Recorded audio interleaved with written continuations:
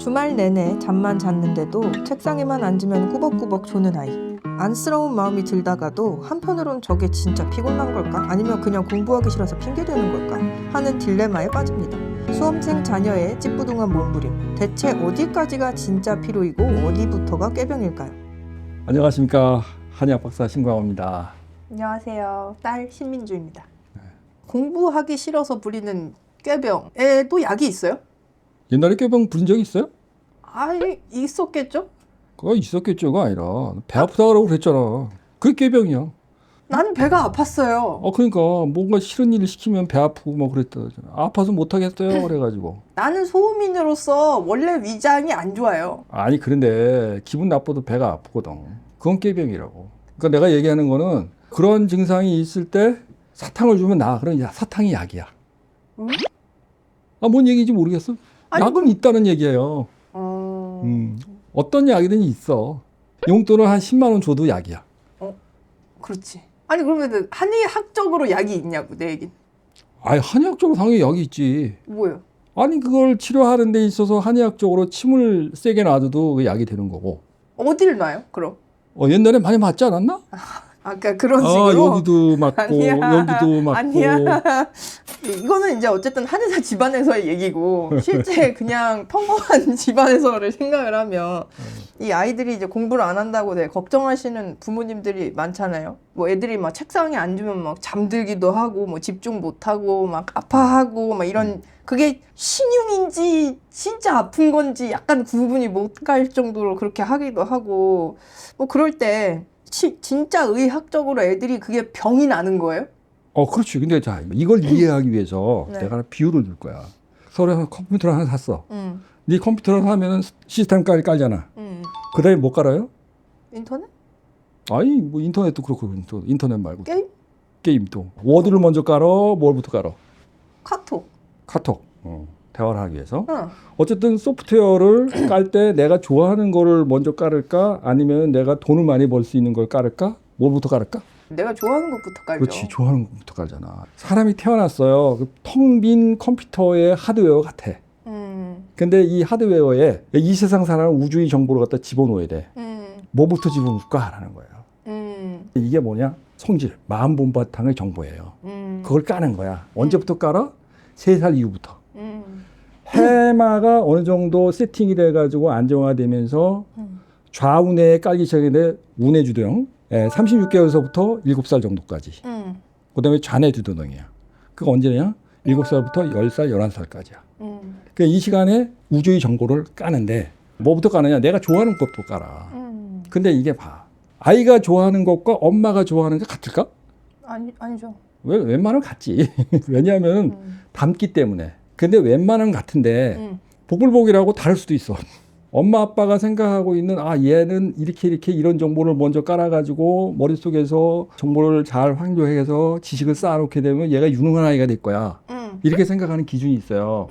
근데 아이는 엄마의 마음을 전혀 안 알아줘. 나는 이게 재미있는데? 라는 거야. 그래서 이게 재미있는 게 엄마 아빠가 생각하고 있는 스펙트럼하고 딱 맞잖아. 그러면 얘는 힘들어할 필요도 없고 꾀병을 부릴 이유가 하나도 없어요. 근데 뭐냐면 이게 달라. 나는 말이야 이거 게임을 하는 게 되게 좋은데 엄마 아빠는 그거 하면 안 돼. 너는 그럼 조지는 거야. 그러면은 이렇게 했을 때 얘가 어떻게 될까? 배째라고 하겠죠? 야 이거 좀 심하다. 그러니까 아이가 그런 얘기를 하겠지. 하겠지. 그 싫다고 하는데 싫다고 하면은 큰일 나잖아. 네. 그러니까 어떻게 해서 배 아파요. 머리가 아파요. 이런 식으로 핑계를 낸다고. 근데 자꾸 해라 그래. 어떻게 했어? 아파요. 하는 수밖에 없어. 그래서 아파요라는 거야. 근데 실제적으로 아파. 우리는 아이가 그런 현상을 일으키면 아이가 병인 줄 알아요. 그러니까 이거를 이해할 필요성이 있어요. 그러니까 이거를 알고 얘기를 해야지. 그냥 너 그거 병이니까 약 먹고 치료해. 이렇게 할 경우에는 무슨 문제가 터지는지를 잘 생각해 보라는 거야. 이 문제를 심리적으로 어떻게 극복하고 넘어가지? 라는 게 문제라는 거예요. 항상 옛말에 이런 얘기가 있어요. 부모가 자식의 겉을 낳는 거지 속을 낳는 게 아니다는 얘기예요. 겉을 낳는다는 건 뭐야? 몸이야 몸. 근데 문제는 이 아이가 가지고 있는 정신, 마인드를 부모를 닮게 태어나게 할 수 있어라는 것에 대해서는 아니라는 거야. 다른 걸 좋아할 수 있어야라는 거예요. 이걸 이해하지 못하고 나를 분명히 닮았을 거야 라고 해가지고 먼저 생각을 해가지고 넌 이걸 좋아해야 돼 라고 강요하는 일이 벌어지면은 이런 일을 당한다는 거예요. 그럼 아이가 상처받아서 생긴 그 꾀병, 그것도 하나의 어떤 심정에서 시작된 어떤 그 물리적 증상이 된 거잖아요. 근데 그게 꾀병이라고 할 수 없을 정도로 심각하다는 거지. 그게 어떤 스스로가 자폐의 현상으로 자폐 스트로크로 나타날 수도 있는 거고. 네. 그걸 우리가 꾀병이라고 하지 않잖아. 그렇죠. 네? 근데 그것뿐만 아니에요. 스스로가 인지를 잘 못한다든가 뭐 이런 걸로 인해서 오는 이제 뭐 발달 장애를 일으킬 수도 있는 거고. 초창기에 아이의 적성이라든가 이런 이 성질 스펙트럼을 정확하게 구분하고 이것을 계획적으로 이 아이는 어떻게 공부시켜야 된다는 인식 없이 부모의 선입관념으로 너는 이렇게 해야 돼 저렇게 해야 돼. 이게 적어도 지금부터 20년 30년 전만 해도 가부장적인 사회였거든. 그래서 부모가 생각하면 법이야. 그러니까 따르지 않으면 미움을 당하고 미워지게 되면은 그만큼 불이익을 당하거든. 그런 사회에서 살았기 때문에 일방적으로 상처를 받죠. 사실 나는 지금 생각해 보면은 나이 한 살 적은 내 동생도 그런 걸 당했다는 거 이제는 판단하는 거야. 네? 안타깝게도 부모의 스펙트럼과 나는 잘 통했어요. 비슷했다고. 근데 나의 형제 중에서 내 바로 아래 동생은 이게 따로 놀았다고. 스펙트럼이 다른 바람에 계속 미움을 받으면서 어린 시절을 보냈다고. 그래서 계속해서 겉도는 거지. 가족과 친하지 않고 부모와 친하지 않고 형제와 친하지 않고 오히려 바깥에 다른 친구들과 친하고 그런 일이 벌어지는 거야. 왜 그럴까라는 거야. 그러니까 스펙트럼이 달라서 두뇌의 구조상 성질의 스펙트럼이 안 맞아서 일어나는 일이 일어나는 거예요. 그랬을 때 일어나는 현상이 바로 이런 거야. 그럼 그렇게 스펙트럼이 다르면 부모님들은 그럼 어떻게 해야 돼요? 부모 중에 누군가가 스펙트럼이 맞는 사람이 있거나 할머니, 할아버지든가 애갓집이라든가 누군가 있어. 그런 스펙트럼이 맞는 사람과 친화성을 가지게 되면서 소통을 하기 시작하면은 충분히 해결책이 있어요. 근데 문제는 뭐냐면 옛날에는 가족 구성원이 많았다고. 형제가 뭐 보통 뭐 셋에서 다섯 뭐 이런 식이잖아. 이 아이와 스펙트럼이 맞는 사람이 곳곳에 널려 있었다고. 그래서 이런 문제가 잘 해결됐어. 근데 요즘은 하나만 낳잖아. 그러니까 이 스펙트럼을 찾는 인적 자원들이 잘 없어요. 그럼 뭐 어떤 경우가 있느냐? 그러면 얘는 학교 선생님하고는 더 친하게 지나고 잘 소통하고 해피한 경우도 있어. 그럼 학교 선생님한테 의뢰를 해야지. 스펙트럼이 잘 맞는 것 같으니까 부탁합니다. 이렇게 존중하면서 해주는 게 필요하지. 꼭 내가 내 자식이니까 내 입맛에 맞게 이 아이를 키워서 이 아이 덕을 볼 거야 이런 생각을 하면 안 되는 거예요. 그럼 뭘 부탁해요? 이 아이가 이런 분야에 소질이 있는 것 같으니까 선생님과 대화가 잘 되는 것 같으니까 이 아이와 대화를 하면서 이 소질을 키워주세요라는 거지. 이런 게 필요한 거예요. 그 스펙트럼이라 하는 거는 소양, 소음, 태음, 태양 이걸 얘기하시는 거예요? 그렇지. 이게 우선 보통 6개의 스펙트럼이 있어. 근데 이 6개의 스펙트럼을 알 수 있는 가장 쉬운 방법은 뭐냐 하면은 육하원칙이라고 생각하면 돼. 누가, 언제, 어디서, 무엇을, 어떻게, 왜. 우리는 어떤 정보를 구성하고 있는 6가지 원칙이 있는데 이 6가지 원칙에 따라 가지고 뭘 중심으로 하느냐라는 거예요. 그러니까 이런 것들에 따라서 성질 데이터베이스가 깔린단 말이에요. 근데 처음부터 어느 쪽에 친화성을 가지고 있는지를 알고 들어가는 게 상당히 중요한데 이거를 감안하지 않고 마구잡이로 어린 시절에 너는 모국어를 영어로 할 거야. 영어 학원 보내고. 이건 미친 짓이에요. 사람은 어차피 살면서 나이를 먹어가면서 6개의 스펙트럼을 다 깔게 돼 있어. 그렇죠.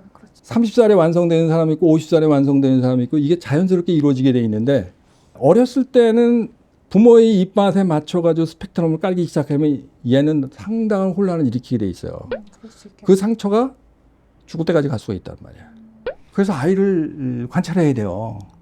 대부분 부모들은 아이가 성장하는 걸 보면서 그 의문을 쌓고 아이와 충돌하고 싸우고 그리고 아이의 비정상적으로 성장하고 있는 두뇌 발달을 보면서 나중에 반성하면서 찾지. 내가 그 케이스야. 뭐냐면은 내가 왜 이렇게 이 아이를 미워했지라는 거예요. 이런 것들을 나중에 생각해 보니까 얘가 나하고 스펙트럼이 안 맞았구나라는 거야. 잘 맞는 사람은 충돌을 잘 안 일으켜요. 그 웬만하면은 맞추면서 이해하면서 아 얘가 이걸 가지고 고민하고 있구나 그 눈치를 채가지고 맞춰줄 수가 있다고 부모가. 근데 스펙트럼에 안 맞는 경우는 못 맞춰줘요. 그러면 이 아이는 어떻게 돼? 겉돌게 되지. 그래서 의욕을 잃고 행복하지 않고 뭔가 성취를 얻더라도 부모한테 맞는 성취를 얻더라도 자기는 아 나는 안 행복한데 이렇게 생각한단 말이야. 그럴 수 있겠다. 예. 그러니까 우리는 이것을 알게 해줘야 돼요. 그리고 그걸 뭘로 알지? 라는 거예요. 한의학엔 그게 있어. 그걸 알 수 있는 방법. 그게 심포심리학이야. 예. 이 심포심리학에 대해서 이 콘텐츠를 보고 이해하기 위해서는 이 스펙트럼 각각에 대해서 어떻게 연결이 되어 있고 내 아이는 어떤 데에 속해 있을까를 적어도 유추는 해볼 수 있어야 된다고 생각하거든요. 누가라는 것에 대해서 저는 태양의 기운을 가지고 있는 스펙트럼을 가지고 있는 아이들이 특성이 있어요. 자기주도적이에요. 그래서 내가 중심도 내가 이거를 주도하지 않으면 행복하지 않아. 기분 좋지 않아. 그러니까 누군가가 명령을 해. 너 이거 갖고 와. 너 이렇게 해 하면 안 해. 그래서 자기가 아, 나 이거 가지고 싶어. 나는 여기 누가 앞에 가지고 내 자신을 노출시키고 내가 잘난 모습을 보이고 싶어 하면 신나서 하는 아이들이 있어. 근데 어떤 아이들은 어떤 친구들과 잘 놀고 사이좋게 지내고 소통도 잘하고 그리고 금방 친구도 사귀고 그거 뭐예요? 어디서라는 것에 특화된 아이예요. 그쪽 스펙트럼에 가는 소양. 네. 사교적인 아이야. 그럼 이런 아이들 보고 야 너무 그렇게 친구들 만나면서 하면 나쁜 물 들을 수 있어 만나지 마. 뭐 이런 식으로 하면 안 되는 거예요. 응? 양명 같은 경우는 그거예요. 무엇을 이라는 거예요. 어떤 사물에 대한 욕심이 많아요. 그래서 자기 소유욕이 강해. 그리고 가치 있는 것에 대해서 누구하고 싸워가지고 이게 승부욕이 강하고 부딪혀가지고 투쟁을 해가지고 쟁취하는 걸 좋아해. 게임도 좋아해. 그럼 이 아이는 그런 방향으로 얘는 이쪽으로 스펙트럼이 발달된 아이구나. 그러면 그쪽 방향으로 잘할 수 있게 길을 터주는 게 좋은 거지. 소음은 아까 전에 추론. 산수적인 추론이라든가 이 시간 뒤에 이 다음에 뭐가 오지? 예측을 잘하고 이런 것들을 잘하는 특성이 있는 반면에 자기 표현은 잘 안 해. 꼭 웃음병 있다가 나중에 뒤통수 때린다고. 이게 그 특성이야.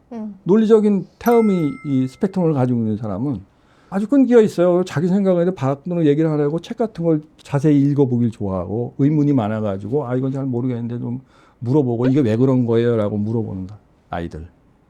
너 왜 자꾸 이런 거 물어봐 임마 그러고서 답하기 곤란한 걸 왜 자꾸 물어봐 하면서 이 핀투나이 주면 안 되는 거예요. 그래? 그런 거에 대해서 나는 이렇게 생각한다 저렇게 생각한다 이런 것을 성의 있게 답을 해주게 되면 이 아이는 그 두뇌가 큰다고.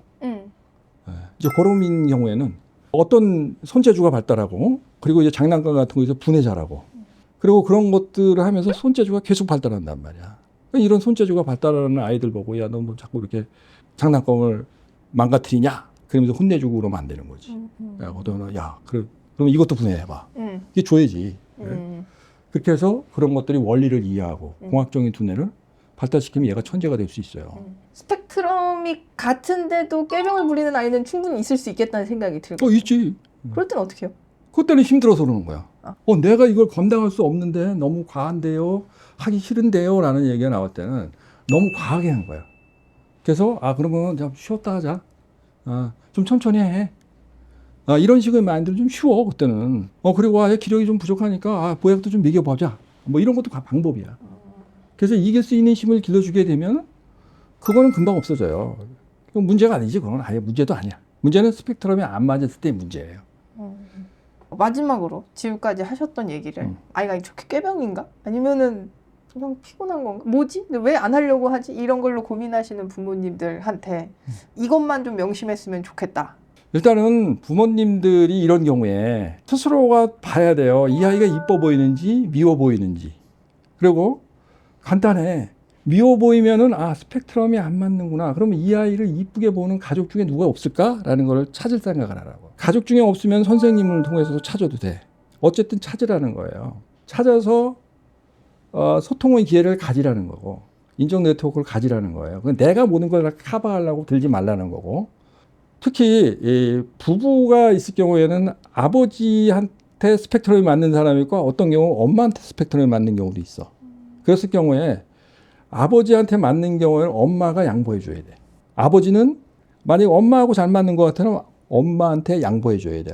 얘를 주로 케어하면서 이 아이와 소통의 창구로 삼아줘야 돼요. 역할 분담을 하고 서포팅을 해줘야 되는 거. 그리고 그런 것을 해주었음에도 힘들어할 때는 아 얘가 체력이 약해져 있구나. 그걸 보충해 주는 게 부모의 역할이에요. 그래서 그런 경우에는 이제 뭐 한약도 먹이고 뭐 이런 것이 필요하다. 자, 요까지 이해하셨으면 이 강의의 목적을 달성했다고 봅니다. 공부하기 싫어서 아이가 혹시 꾀병을 부리는 건지 고민하시는 이제 부모님들을 위한 좋은 솔루션을 주셔서 감사합니다. 네, 감사합니다. 저희는 다음에 다른 주제로 또 이야기 나누도록 하겠습니다.